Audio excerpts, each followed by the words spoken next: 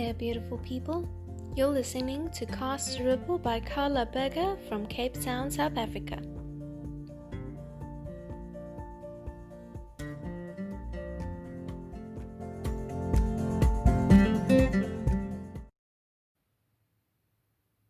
Hello friends, and welcome to a new episode of Cast a Ripple. Cast a Ripple and Be a Ripple is a space where I like to share what I like to call life-enhancing tools that absolutely anybody can use to better improve the quality of their day-to-day experiences. These tools help us to create space for ourselves and to hold space in a reality that can be overwhelming sometimes. Today I want to talk to you about this book. Brene Brown, The Gifts of Imperfection. Such a good book. So it stems from the last episode. I talked about knowledge and how knowledge is not the be-all and end-all, right? It's very healthy to go on hunts and to quench your hunger for knowledge, but at a stage you'll have to start to implement those things and really start to integrate them into your life. And this book is just so good with helping with that integration. And that's why I still allow myself to sometimes, read some books. And not necessarily for the knowledge, but for expansion. There's always something to still be reminded of. There's always something that can expand you even further. And that's why I still continue reading, not for the knowledge of it all, but for the expansion of it. And this book is really, Brene does such a good job in, she calls herself a researcher storyteller. So she researches social norms and she uses stories in order to come up with these, what she does in this book is guideposts or guidelines. Guideposts. So she has a bunch of guideposts to guide us on how to integrate all of these aspects with what she calls wholehearted living. So she interviews a bunch of people, thousands of people, and assesses their state of living. Are they wholeheartedly living from the heart, wholehearted living? So for me, it reads together with authenticity. People that are living authentic lives, what can we learn from them? What are they doing that are helping them living wholeheartedly, living this authentic lifestyle in a space that's much more peaceful than the rat race we are conditioned to believe in? So essentially that's what this book is all about.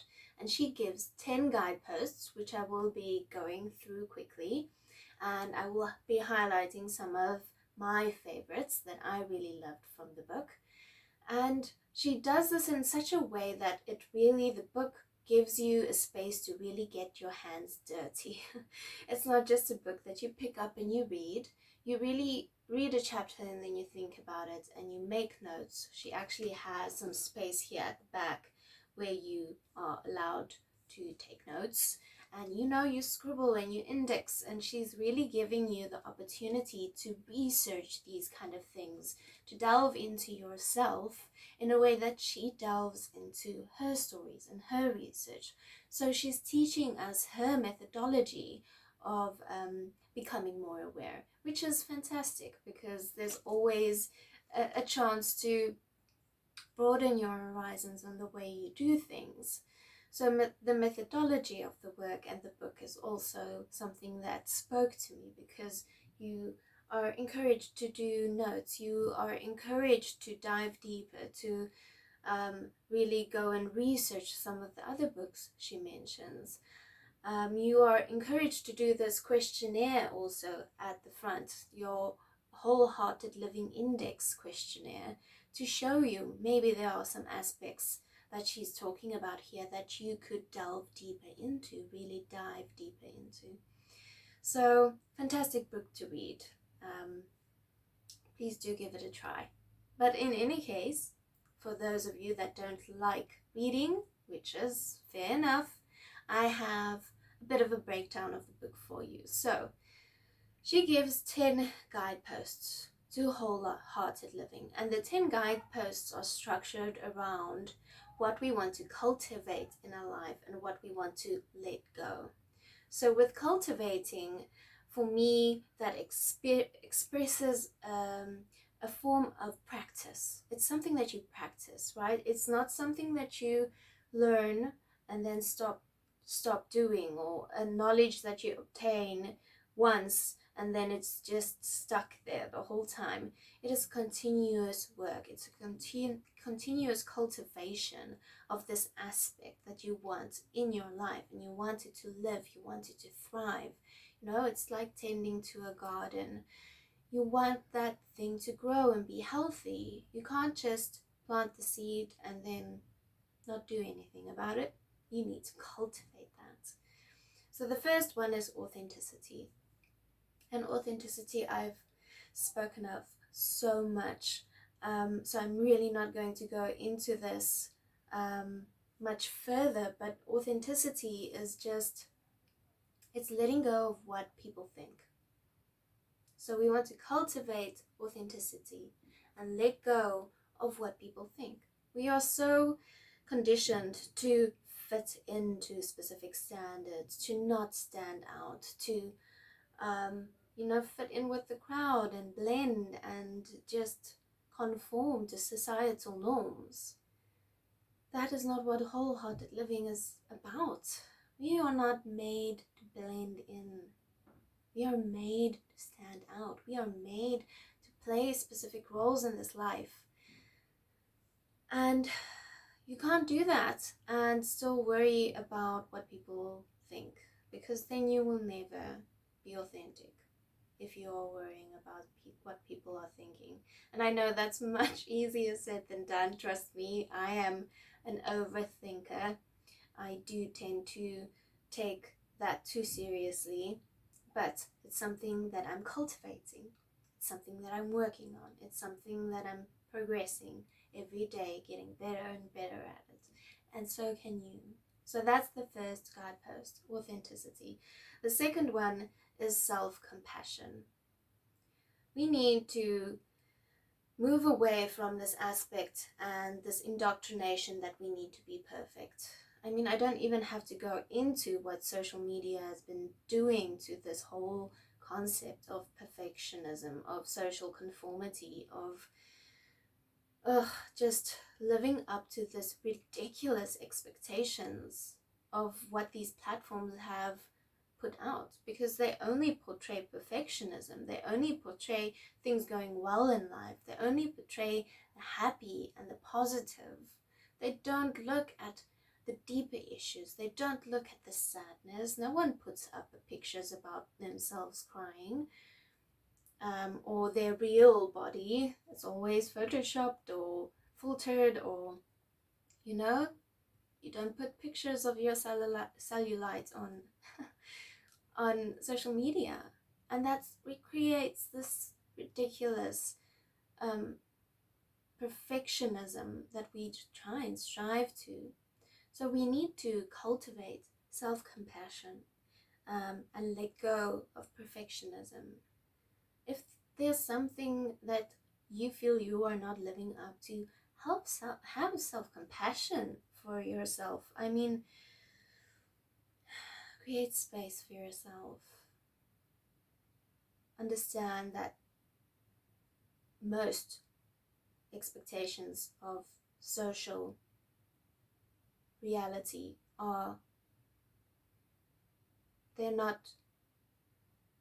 they're ridiculous ideals. So keep that in mind. That's the second guidepost. The third guidepost is resilient spirit, creating a resilient spirit and moving away from numbing things down or powerlessness. So because we are expected to conform in certain ways, We think that the feelings that we are feeling, which aren't in line with this perfect image that portrays on social media, they are wrong, which is not at all the case. And because we believe they are wrong and we shouldn't be feeling them, and our life is wrong in terms of what we are seeing other people going through over social media, we numb them down. We engage in behaviors that numb them down, like alcohol or overeating or procrastinating or whatever it is, whatever negative habit there is that you're using. And you can be using anything, buying clothes, whatever it might be, to numb away that pain, to numb away what you're really feeling. So we need to be in a space where we can associate and really make space for hope and for awareness. Not a space where you are just numbing everything down and there's this heavy sense of powerlessness that there isn't anything better in this life. You're just kind of living to survive instead of living in hope and in awareness of what is going on around you. So that is the fourth one, resilient spirit. Cultivating a resilient spirit, something that can bend, that can be flexible, that can go through ups and downs. Because that's the other thing that also resonated, is when we numb the pain, we also numb the light. When we numb the dark, we also numb the light. So whenever you're feeling those depressive emotions and those that you, in your mind, think are bad emotions, and you numb them down, you are also numbing down the absolute beauty of the light emotions. So numbing down the pain also numbs down the pleasure. Fifth one, gratitude and joy. And gratitude is such a beautiful thing to be cultivating in your life. Keeping a gratitude journal. You can go check out this couch talk of mine on gratitude as well.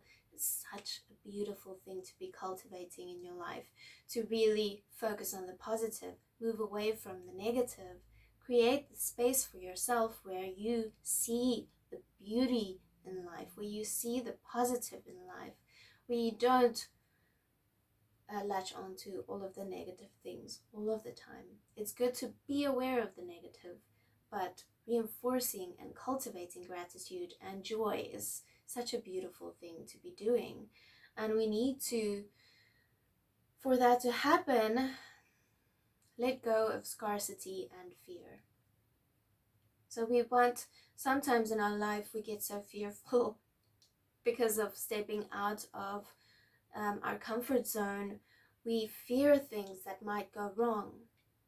We fear losing a loved one. We fear losing a job or not being able to thrive in the way that we want to, not succeeding in what it is that we want to do. And then at the end, we don't do that thing because we are fearful.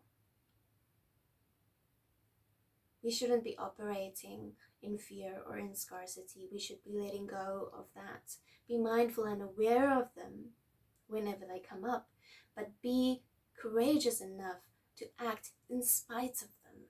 They will always be there. Trust me, they will always be there. But we can still be living a life in spite of them, going to that interview, getting that dog, going into a relationship.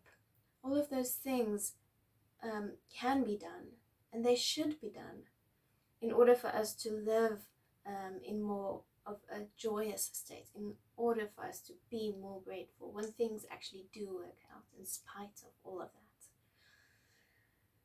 The next one is intuition and trusting faith. Out of all of these people that she interviewed, wholehearted people resonated and mentioned some kind of spirituality, some kind of practice, some kind of deeper faith. Whether it was religious or not, it was something that there was a knowing in all of them.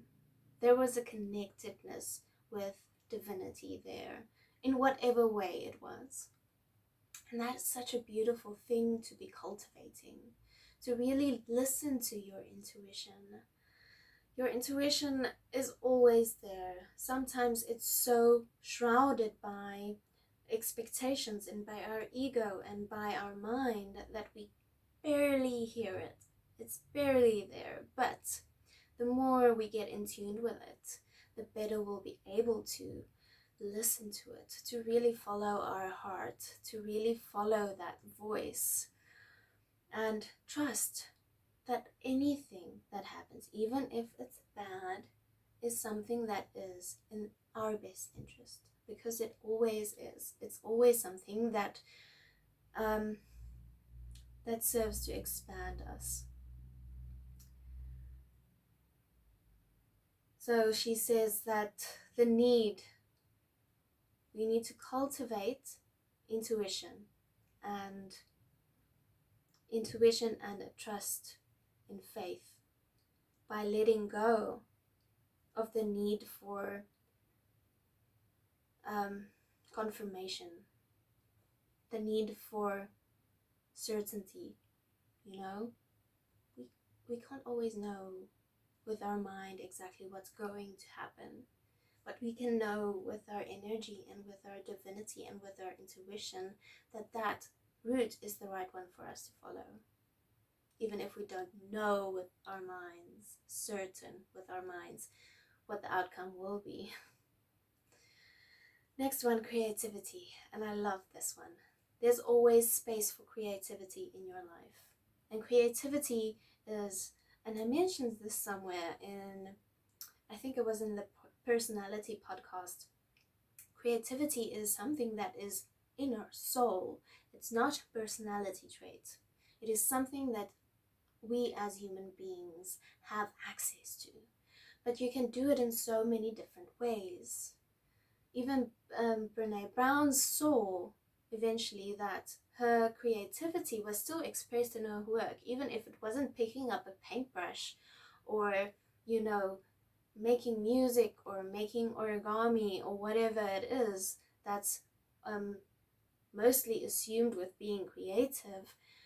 Her making connections and making those findings in her research is also a way to be creative. So creativity, cultivating creativity, is such a beautiful way to be tapping into the right side of our brain, moving away from logic and moving more towards the play side of life.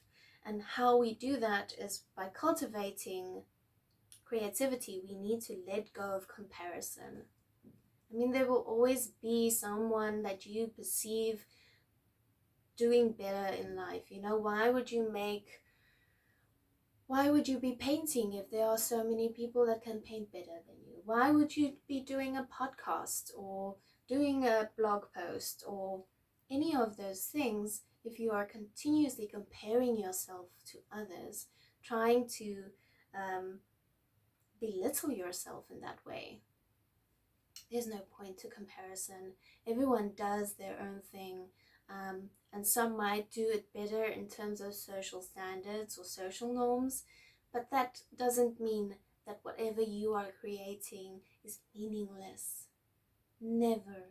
If you are creating out of that space of divinity, then there's nothing more for you to know except that if that continues to fulfill you, then do it.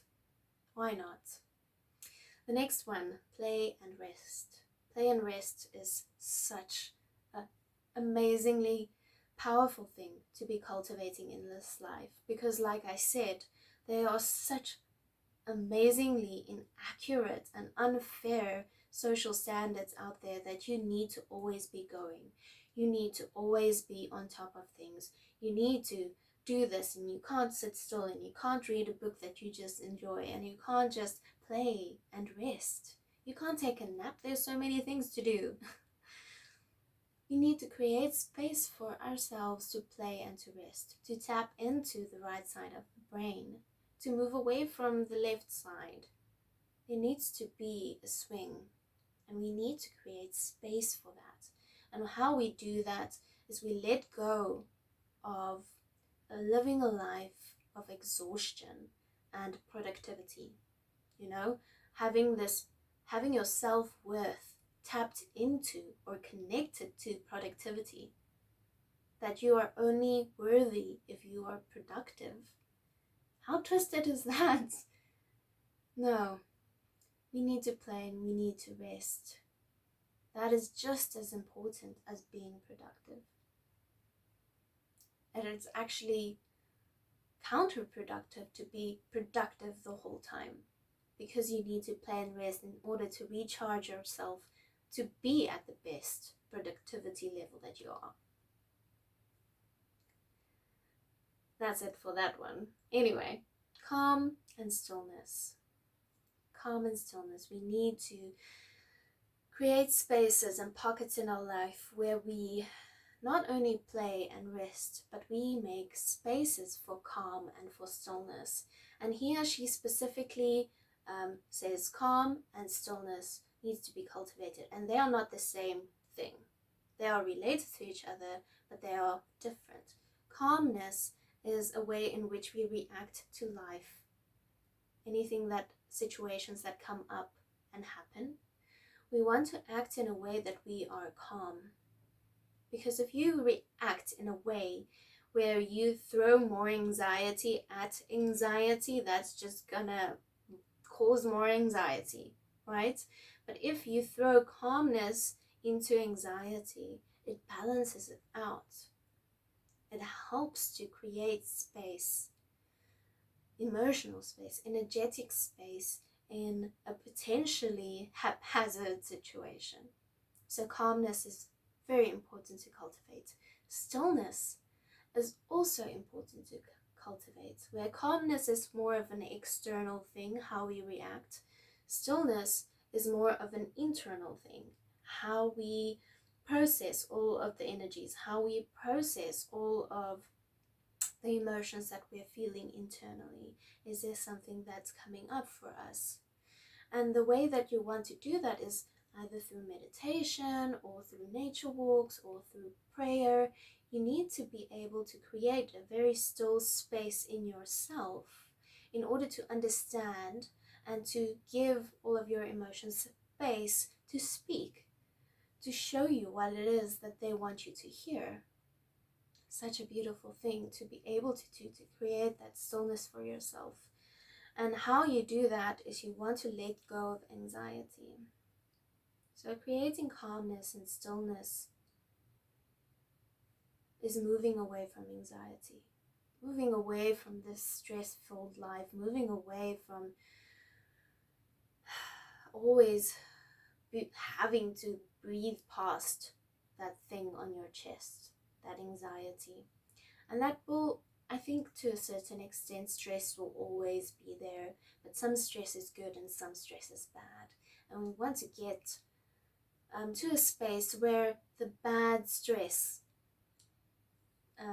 is limited, is less, and there's more of a good stress that helps you to move, to perform, to do the things and achieve your goals and manifest.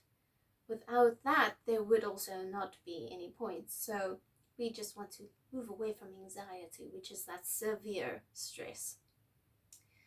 Calmness and stillness. Then meaningful work. And this one I really loved. This one really resonated with me because Be a Ripple and Cast a Ripple is my passion project. I'm not making any money off of this. I'm not putting any money in either. I'm just putting a lot of loving energy and a lot of time into this project. But mostly because for me it's meaningful. It's something that gives me outlet for my creativity. It's something that really helps me to mirror myself, get to know myself in a deeper level, and then I just share it with you guys, because I feel like me going through this motions might have some impact for someone else as well, might resonate somewhere else as well, and help someone somewhere to understand that they are not alone in all of this, and that we're all actually going through all of these emotions. So she introduces this concept of the slash, and I love this. Is the slash is, what do you do for a living? So if someone asks me what do I do for a living, I normally say, well, I am a town planner. I specialize in land use management, because that's my day job. That's what I didn't do to earn a living, to afford my life. But I don't mention bearable or casterable for anyone really until I get to know them at a deeper level. But this slash living, really embracing the slash, gives me the opportunity where I can say, I am a town planner slash mindfulness blogger, or mental health advocate, or a spiritual teacher. I'm not sure if it's a teacher. Anyway, it gives you the opportunity to be more than just your profession. What are you passionate about? What do you do? What are your hobbies that you really embrace? What are your passion projects? So those also deserve to be featured in your first sentence about what it is that you do with your life. Really embracing the slash helps us to create and cultivate meaningful work, opening us up, helping us to understand that only mentioning that what we do for a living to earn cash is not necessarily all that we are about, all that we do for a living, right? So embracing the slash, really doing that, embracing your multifaceted life, is something extremely powerful to cultivate. And we do that through moving away from self-doubt, letting go of self-doubt. I mean, if I say I'm a blogger, but I don't really earn anything from it, it's just a hobby, a passion project. But meanwhile, it's something that I'm really passionate about. It's something that I put a lot of time and a lot of love and a lot of energy into. And all of that love and energy and time is actually so much more worth the money that anyone could ever give me for that. And that is letting go of that self-doubt, really embracing your hobbies and your passions and your creativity, and putting that into your title. So I am Carla Berger. I am a town planner slash mental health advocate slash mental health blogger, whatever you want to call it. I'm gonna work on that. I'm gonna embrace the slash. You should too. Okay, laughter, song, and dance is the last guidepost she gives. So laughter, song, and dance is really about letting go, just being silly, not worrying about what people say, or always being in control, or being this perfect human, You don't have to be in control sometimes. Sometimes you can just really do an ugly belly laugh. Slap your thigh as you're laughing and grunting, and the tears are rolling and the snot is all over, and it's really just belly laugh. And that's beautiful in its own way. Or where you just bust a move in the middle of a mall somewhere, or really throw it in your Zumba class, instead of trying not to stand out, trying not to embarrass yourself. Life is too short. Really living our lives to the best that we can, and really spreading joy in a way like that is so beautiful. And we don't always have to be in control. Okay, my loves. I've decided this is my last Cast a Ripple episode for this year. I wanted to do a whole bunch for over the holiday season, but I've decided to create myself some space. So I won't be doing podcasts over the holiday season, but you can check out all of the podcasts on this channel. Please follow me. There is plenty and more than enough couch talks and podcasts to keep you busy for a while. You can also listen to them on my audio channel, which is on my website. You can get links to all of my content on the website if you just want to listen to the audio while you're driving to holiday, or just before you go for a nap, whatever it is that tickles your fancy. But I will be posting still on Instagram, b_a_ripple, sharing a bit about my new ventures, maybe some new ideas for Be a Ripple. I'll be introducing you to my puppy, which I'm getting almost in a few days. I'll be receiving my new family member.